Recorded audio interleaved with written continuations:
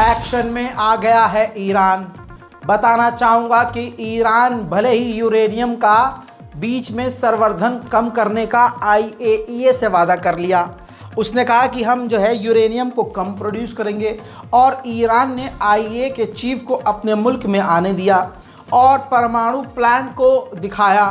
उन्होंने पूरी रिसर्च करी और ओके की रिपोर्ट जारी कर दी। भाई ईरान जो है सही काम कर रहा है, लेकिन जैसे ही IAEA के चीफ ईरान से बाहर निकले, वहीं पर गिरगिट की तरह रंग बदल दिया। न जाने फिर क्या रिपोर्ट जारी करी, जिसके बाद यूरोप ने IAEA की मदद से ईरान के ऊपर पाबंदी लगा दी कि भाई ये यूरेनियम का संवर्धन ज़्यादा कर रहे हैं। ऐसे पे ईरान का बौखलाना बिल्कुल जायज़ था। ईरान ने रिपोर्ट देखिए, ईरान ने फिर क्या हरकत करी। ईरान ने तुरंत जो है नई एडवांस सेंट्रीफ्यूज को एक्सपेंड करना शुरू कर दिया। बहुत आसान शब्द में क्लियर कर दूं, ईरान ने परमाणु बनाने में जिन केमिकल और जिन चीज़ों का इस्तेमाल होता है उसको भारी मात्रा में बनाना शुरू कर दिया। जहां ईरान ने कहा था कि ठीक है, आप हमारे साथ कोऑपरेट कीजिए, हम आपके साथ करेंगे और आपको न्यूक्लियर की जानकारी भी देंगे यूरेनियम की, लेकिन IAEA ने जब दोगलापंती करी तो ईरान ने फिर तमाम पाबंदियों को ताक पर रखकर, जब पाबंदी ऐसे भी लग रही है ऐसे भी लग रही है, तो क्यों ना यूरेनियम बढ़ाकर, परमाणु संयंत्रों को बढ़ाकर पाबंदी झेली जाए। ईरान की इस स्ट्रेटजी ने अमेरिका और यूरोप के मुंह पर तमाचा जड़ दिया है। मेरे दोस्तों, नॉर्वे के अंदर अमेरिका की एम्बेसी है। ऑफ कोर्स उस अमेरिकी एम्बेसी के अंदर नॉर्वे का एक ऑफिसर काम करता था। उसको नॉर्वे ने गिरफ्तार किया है अमेरिका की एम्बेसी से, जो नॉर्वे में है। इल्ज़ाम उस नॉर्वेजियन व्यक्ति पर यह है कि अमेरिका के दफ्तर में रहकर वो ईरान के लिए जासूसी कर रहा था। ईरान बिल्कुल मूसाद के स्टाइल में काम कर रहा है और ईरान की ये स्ट्रेटजी काफ़ी खतरनाक साबित हो रही है। ICC पर ईरान के आर्मी चीफ कमांडर का बयान आया है। उन्होंने कहा है कि ICC के अरेस्ट वारंट ने इजराइल के नेतन्याहू को पॉलिटिकल वे में कत्ल कर दिया है, यानी पॉलिटिकल पावर उनकी कम हो गई है और इससे दिख रहा है कि धीरे धीरे इजराइल अब आइसोलेट हो रहा है। वहीं ईरान के विदेश मंत्री ने फिर रिपीट किया है कि इजराइल ने ईरान के साथ जो एग्रेशन दिखाया है उसका जवाब मौका आने पर दिया जाएगा। वहीं ईरान के डिफेंस मिनिस्टर इस वक्त वेनेजुएला पहुंचे हुए हैं और दोनों के बीच खिचड़ी पक रही है। इजराइल के विदेश मंत्री ने कहा है कि ईरान परमाणु बनाने की तरफ आगे बढ़ रहा है, हम ये देख रहे हैं, और अगर ईरान ने परमाणु बनाने की शुरुआत करी तो हम उस पर एक्शन लेंगे और ईरान को कभी परमाणु हासिल नहीं करने देंगे। हजरात, ईरान बहुत अमीर मुल्क नहीं है, लेकिन जज्बे से बहुत अमीर है। ताज़ा तरीन तस्वीर इस महीने में, ये दूसरी तस्वीर आपको दिखा रहा हूँ। ईरान में जगह जगह कैंप लगे हुए हैं और ईरान की आम जनता अपनी चीज़ों को बेचकर पैसा इकट्ठा कर रही है, डोनेट कर रही है गाजा, फिलिस्तीन और लेबनान के लिए। मैं तमाम उन कट्टरवादियों से ये कहना चाहता हूं जो भारत, पाकिस्तान और बांग्लादेश में रहते हैं, जो शिया समुदाय से नफरत करते हैं, कि देखिए, लेबनान और फिलिस्तीन में शिया नहीं है, ना के बराबर हैं, लेकिन अपने बड़े भाइयों के लिए अपनी ज्वेलरी, अपना सोना चांदी जेवर बेचकर, गिरवी रख कर, या उन्हें ही सोना चांदी को ही डोनेट कर रही हैं महिलाएं ईरान की, लाइन लगाकर, कि गाजा, लेबनान और फिलिस्तीन में उनको मदद पहुंचाई जा सके। ये होते हैं असली मुसलमान। अरब के कई सारे देश मिलकर सऊदी अरब से प्रेशर में कह रहे हैं और जबरदस्ती करके कह रहे हैं, जोर देकर, कि अब डोनाल्ड ट्रंप यानी मोहम्मद बिन सलमान का बेस्ट फ्रेंड अमेरिका की पावर में आ गया है। लिहाजा डोनाल्ड ट्रंप से बात करके सऊदी अरब 2 स्टेट सॉल्यूशन करवा दे। उधर मेरे दोस्तों, बड़ी खबर आ रही है, ब्रेकिंग न्यूज। अमेरिका ने इराक की गवर्नमेंट को वार्न किया है कि इजराइल आपके ऊपर खतरनाक एयर स्ट्राइक कर सकता है। मेरे दोस्तों, इब्राहिमी मस्जिद जो बैतुल मुकद्दस के करीब है, फिलिस्तीन में है, बताना चाहूंगा कि कट्टरवादी नेता बेंजीवीर अपने नचनियों के साथ वहां पहुंचा और मस्जिद के परिसर में उसने नाच गाना किया।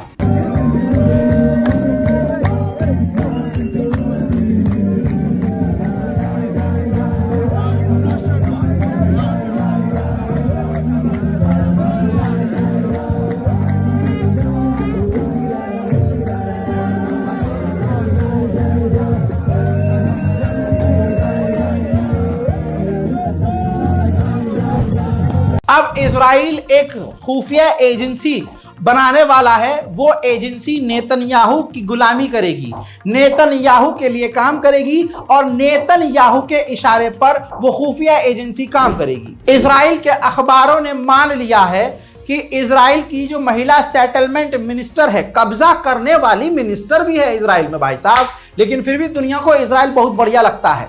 सेटलमेंट मिनिस्टर को, महिला मिनिस्टर को माना है इजराइल के अखबार ने कि इजराइल के सैनिक चुपके से अपने साथ गाजा के अंदर लेकर गए थे और उन्होंने इसकी पड़ताल करी और यह पता लगाया, वो महिला जो गई थी, कि कहां तक हम कब्जा करके इजराइल के लिए और इजरायलियों के लिए मकान बना सकते हैं। उधर तुर्की के विदेश मंत्री ने फिलिस्तीन अथॉरिटी के पीएम से, यानी प्राइम मिनिस्टर से, फिलिस्तीन के प्राइम मिनिस्टर से सीज फायर को लेकर बात की है। मेरे दोस्तों, कनाडा की एक राइटर हैं, आपके सामने ये वही महिला हैं जिनका नाम मैडलिन थीन है।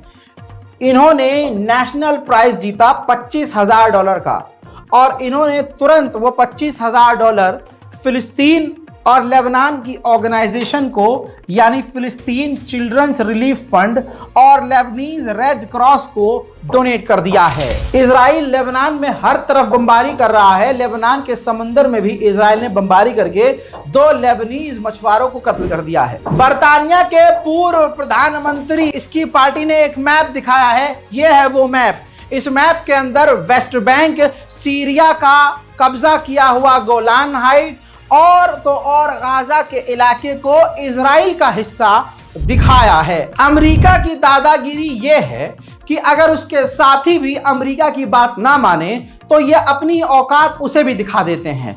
अमेरिकी सेनेटर ने लाइव इंटरव्यू में बोला है कि अगर हमारे साथी जर्मनी, फ्रांस, ब्रिटेन, कनाडा, इन तमाम लोगों ने आईसीसी के आदेश को माना और नेतन्याहू के खिलाफ कोई कदम उठाया तो हम अपने एलाइज के ऊपर पाबंदी लगाएंगे। So to any ally, Canada, Britain, Germany, France, if you try to help the ICC, we're going to sanction you. Well, that means I want every ally, and you saw little Justin in Canada and his position. What should the penalty be? We should crush your economy because we're next.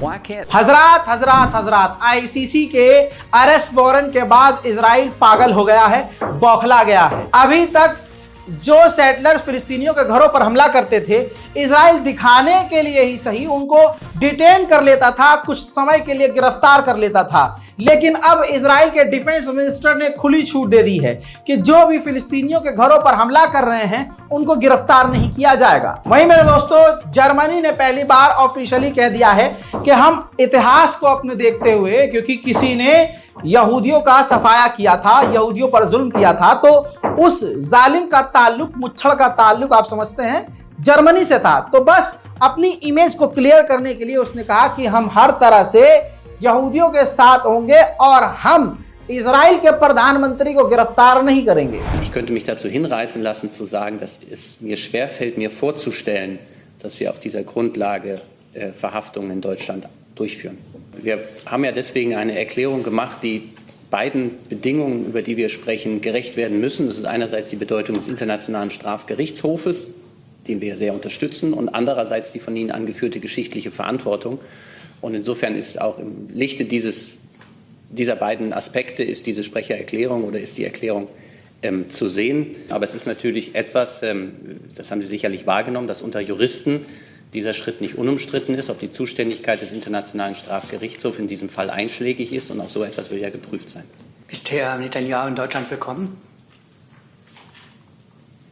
Über Reisepläne des israelischen Ministerpräsidenten ist mir nichts bekannt. Ich habe nicht nach einer Reiseplan gefragt, ich habe gefragt, ob er willkommen ist. Ich habe keine akuten Anfragen aus dem Büro des Premierministers Israels, dass er nach Deutschland kommen will, und insofern muss ich mich dazu nicht weiter äußern. America ने जानकारी दी है कि पिछले साल 18 अक्टूबर से अब तक middle east में हमारे जितने भी बेस हैं उस पर लगभग 206 बार हमले हुए हैं। हजरात, उधर गाजा के अंदर से नरसंहार करके इजराइल के सैनिक जो इजराइल पहुंचे हैं, आपको पता है वो मेंटली डिस्टर्ब हैं, परेशान हैं, उनको इलाज की जरूरत है, उनका इलाज भी हो रहा है। सैकड़ों ऐसे हैं जो अपाहिज हो चुके हैं, लेकिन अब जब इजराइल की ऑफिशियल गवर्नमेंट कह रही है कि जो लोग वापस आए हैं उनको दोबारा से गाजा में जाना है, तो ऐसे हजारों सैनिक जो जाना नहीं चाहते।